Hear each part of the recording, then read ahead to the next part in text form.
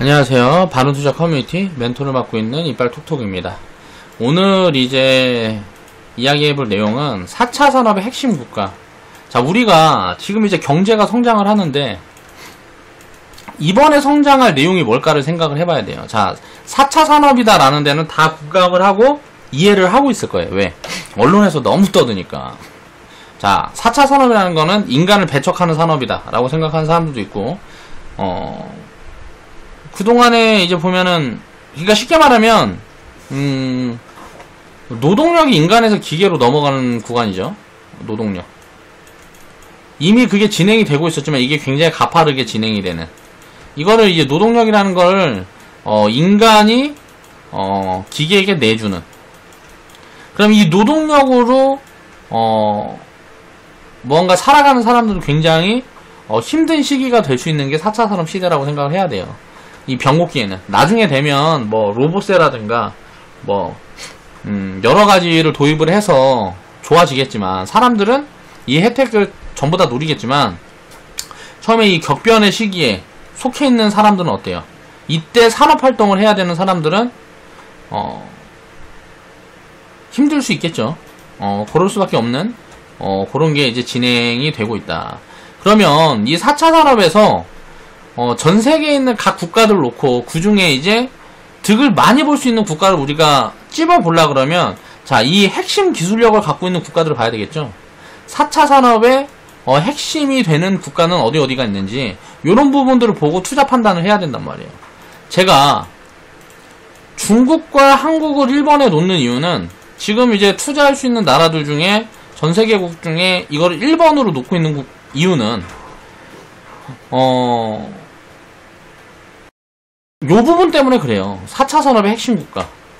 중국과 한국이 4차 산업의 핵심 국가고 그 중에 가장 싸다라고 생각을 하고 있기 때문에 저는 중국과 한국을 투자에 이제 뭐 최선호로 보고 있는 겁니다. 근데 어때요? 지금 보면 가장 소외돼 있죠. 지금 가장 힘들단 말이야. 왜? 미중 무역 분쟁으로 가장 피해를 많이 받고 있는 두 나라가 중국과 한국이에요. 중국은 이제 뭐 미국이랑 맞짱 뜨고 있는 나라니까 당연히 그렇겠지만 우리나라 같은 경우는 새우등 터지고 있는 거죠. 왜? 그동안 중국, 미국,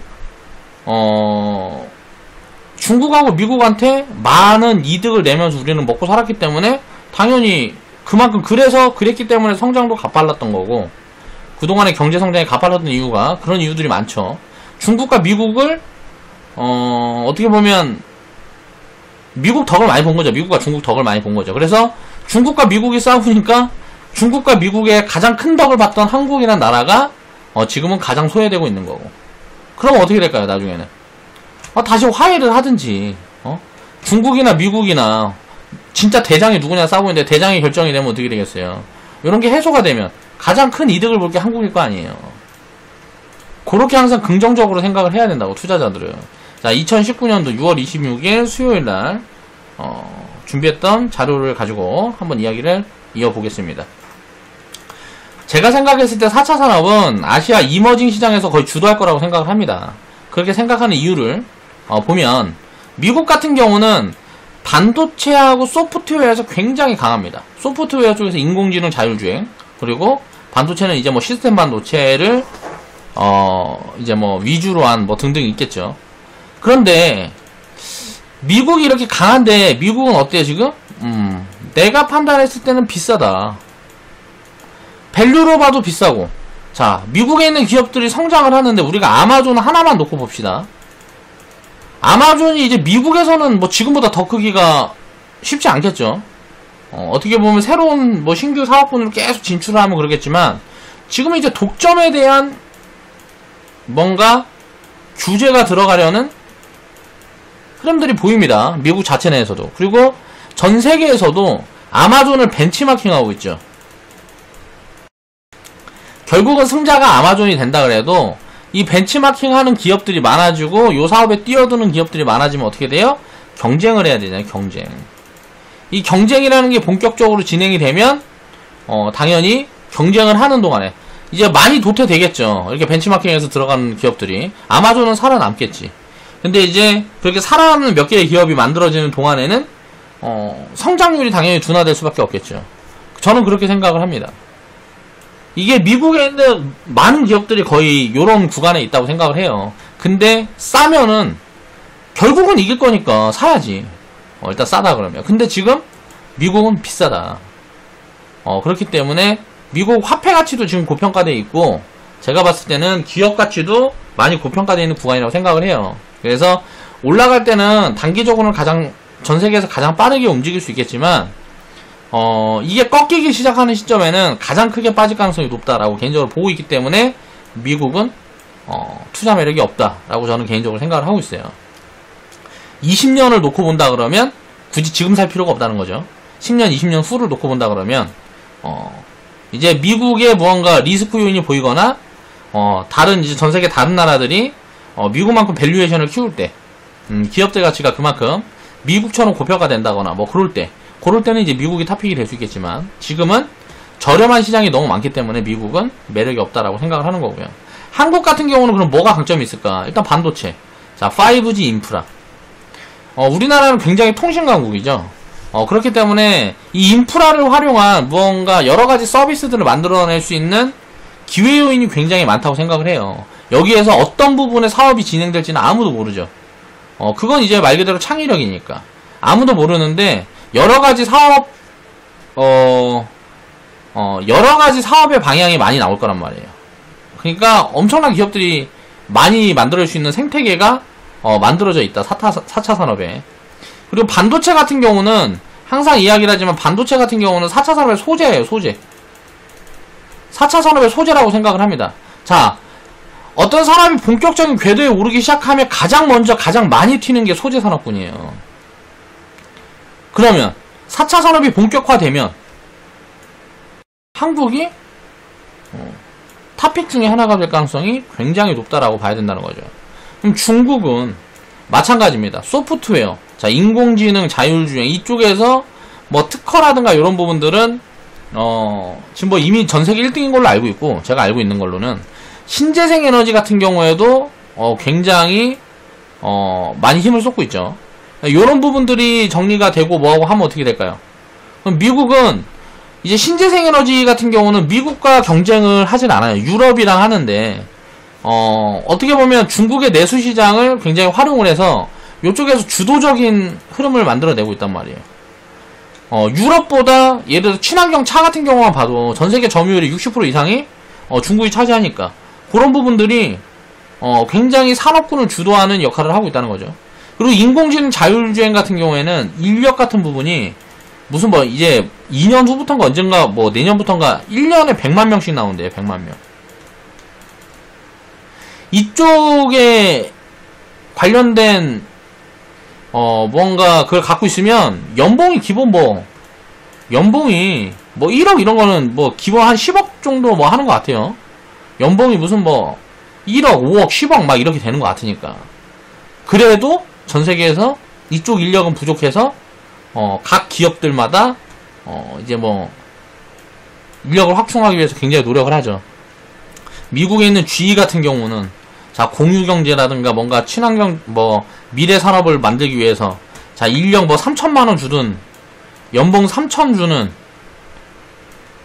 예를 들어 연 3천 주는 10명 잘라서 자, 연 1억, 연 3억 주는 1명 채용하고 있단 말이에요. 그러니까 고급 인력은 계속 키우고 있습니다. 전 세계가 고급 인력은 계속 서로 이제 확보하려고 노력을 하고 있어요.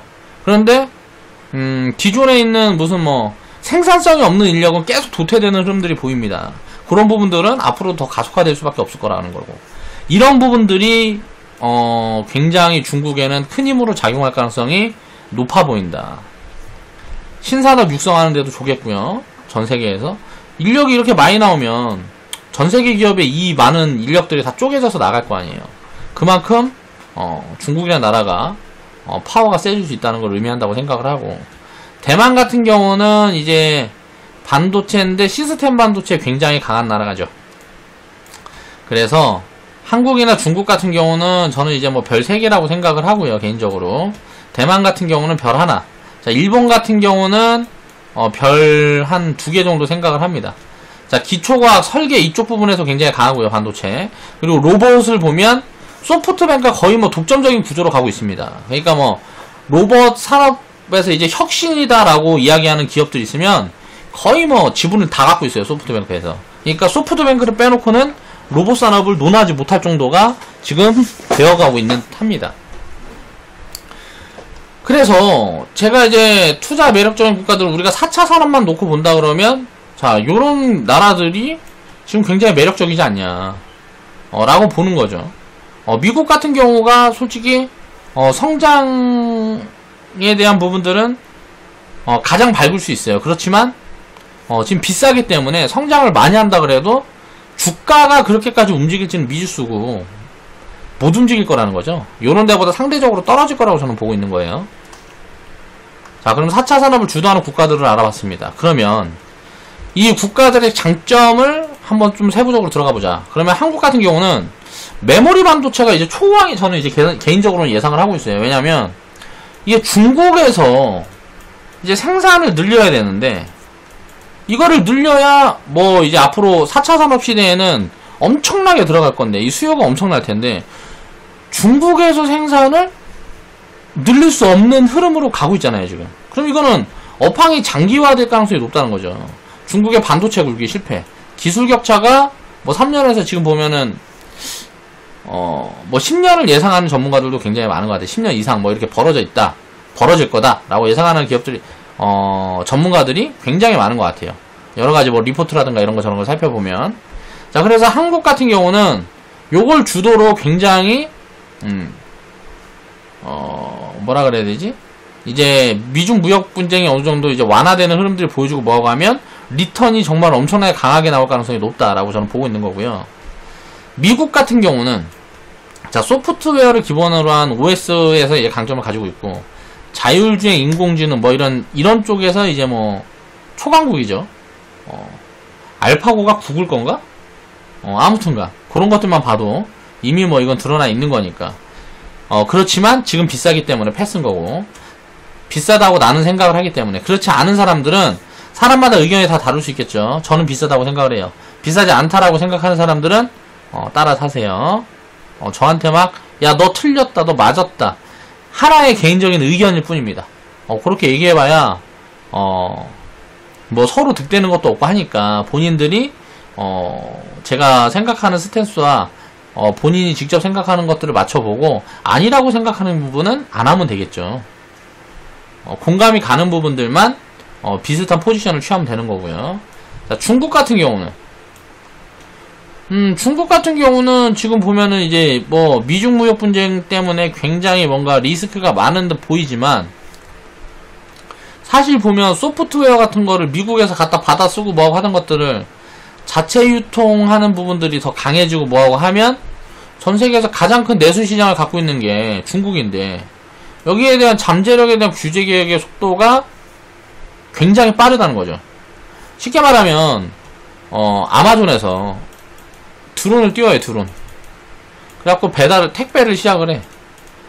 드론이 택배를 들어갖고 나르는데 자, 공중에 대해서 뭐 이런 허가 부분들을 미국이 내주기가 쉬울까요? 이런 부분들은 예를 들어 중국이 내주기가 쉬울까요?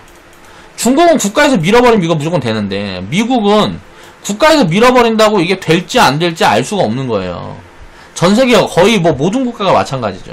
그래서 이런 체제가 하나로 뭉쳐져 있는 중국 같은 나라들이 어떻게 보면 규제 개혁의 속도가 굉장히 빠르기 때문에 4차 산업을 선도할 수 있는 그런 가능성이 높다라고 볼 수 있는 거죠. 저는 그렇게 판단을 하고 있어요. 그리고 일본 같은 경우는 우리나라가 한국이 거의 뭐 유일하게 무역 수지를 이제 적자를 기록하는 나라가 일본인 걸로 알고 있습니다. 그 이유가 뭐냐면 기초과학을 강점으로 해서 기술력이 엄청 뛰어나다는 거지. 기초과학이라는 거는 이익을 보고 투자를 하는 게 아니고 100년 뒤를 놓고 봐서 돈이 되지 않아도 보유하고 있는 무언가 지적재산권을 많이 만들기 위한 투자예요. 일본은 이 투자를 굉장히 오래전부터 장기간 지속을 해왔기 때문에 이걸 넘어설 수가 없는 거야. 그러니까 한국 제품 같은 경우는 일본에서 뭐 필요한 게 있으면 대체가 가능한데 다른 나라들로 일본에서 파는 것들을 우리는 이제 대체할 수 있는 데가 없는 거예요. 무조건 일본에서 받아야 되는 거야. 그러니까 이런 구조를 만들어놨기 때문에 굉장히 강국이라고 평가를 받는 거고요. 경제 쪽에서는. 자, 로봇 산업의 독점 구조를 갖춰가고 있다. 이 부분도 거의 뭐 전 세계에서 소프트뱅크에 대항할 수 있는 회사가 없는 것 같아요. 이제 로봇 OS를 공짜로 나눠주는 기업이 있다 그래요. 구글인가 페이스북인가 기억이 정확히 잘 안 나는데, 여기에서 이제 공동 창업자가 나와서 이제 로봇 산업을 육성을 하기 위해서 로봇 전문가들을 다 모아놓고 만들었습니다.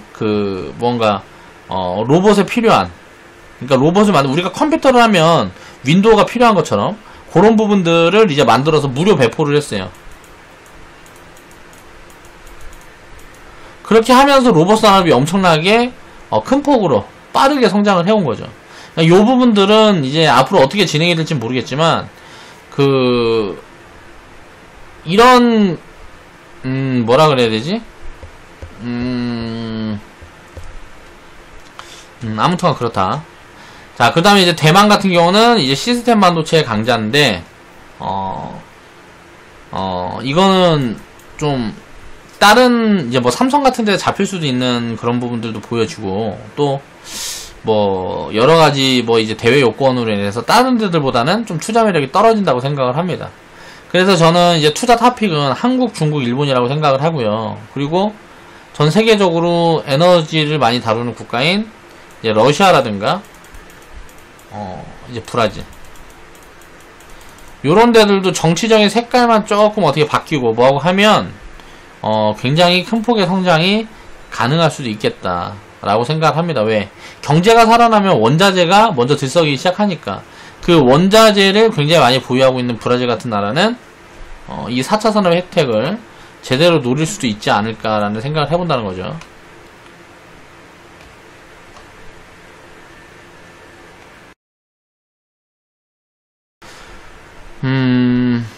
그 다음에 이제 4차 산업 지수는 4차 산업 시대에 우리가 지수는 얼마나 갈까를 생각을 해보면, 과거부터 보면 1985년도에 뭐가 있었는지 모르겠지만 IMF 이전에 8배가 올라갔습니다. 바닥 구간에서. 그쵸? 자, IMF 구간은 어때요? 바닥 구간에서 자 7배, 8배를 갔습니다. 자, 이때는 언제? 2008년 금융위기죠. 지금이 2008년 금융위기 이후란 말이에요. 근데 시세가 나왔냐고? 시세가 나온 게 없단 말이에요. 4차 산업은 8배 이상, 저는 이제 8,000포인트 이상까지 갈 거라고 결국은 생각을 하는데, 그 시기에 대한 부분은 내가 점칠 수가 없는 거죠. 그래서 이런 부분들도 생각을 해보면, 투자하는데 굉장히 좀 도움이 될 수 있을 것 같다라고 생각을 합니다. 이렇게 해서 이제 8배 나는 거를 4차 산업 시대에 우리가 이제 계좌 수익률을 만약 8배를 만들 수 있다 그러면, 어떻게 될까요? 뭐 어떻게 돼? 굉장히 좋겠지. 그래서 4차 산업의 핵심 국가는, 나는 이 핵심 국가를 미국, 한국, 그리고 이 핵심 국가는, 자, 이제 보면 미국, 이제 한국, 중국이 하나예요. 그렇죠? 그리고 일본 같은 경우는 모르겠어. 노선을 모르겠어. 독자 노선 하든지 뭐 이게 있겠죠. 대만 같은 경우는 좀 애매하다. 그러면 중국과 미국에서 예를 들어서 뭐라 그래야 돼? 지금 뭔 얘기하고 있었어? 몰라. 방송하다가 졸았나 보다. 아무튼 여기까지 뭔 얘기를 했는지 잊어먹었어요. 여기까지 이해가 가시는 분들은 대충 왜 내가 이런 이야기를 하고 우리가 왜 핵심 국가가 될 수 있는지를 이해를 하면 되겠죠. 간단해요. 이 메모리 수요가 엄청나게 늘어날 건데, 이 수요가 엄청나게 폭발할 건데, 폭발. 그러면은 공급량이 맞춰줘야 되는데, 공급량을 맞출 수 있는 어떤 구조가 뭐였냐면, 중국의 반도체 우비였단 말이에요. 근데 이제 이게 무역 분쟁 때문에 좌절해야 되는 좌절이. 그렇기 때문에 오히려 한국은, 장기적으로 보면 수혜를 보는 거다. 지금 미중 무역 분쟁 때문에, 지금 무슨 뭐 힘들다고 뭐하고 할 시간이 없습니다. 미래를 보고 하는 거예요, 투자는. 그래서 이런 부분들을 좀 잘 추려나가보다 보면, 지금 계속 제가 이야기하고 있는 5G에 대한 수익 스토리, 요런 것들보다도 더 큰 수익들을 만들어낼 수 있는, 그런 포지션들이 올 거라고 생각을 합니다. 자, 오늘 바른투자 커뮤니티 228화 영상 마치겠습니다.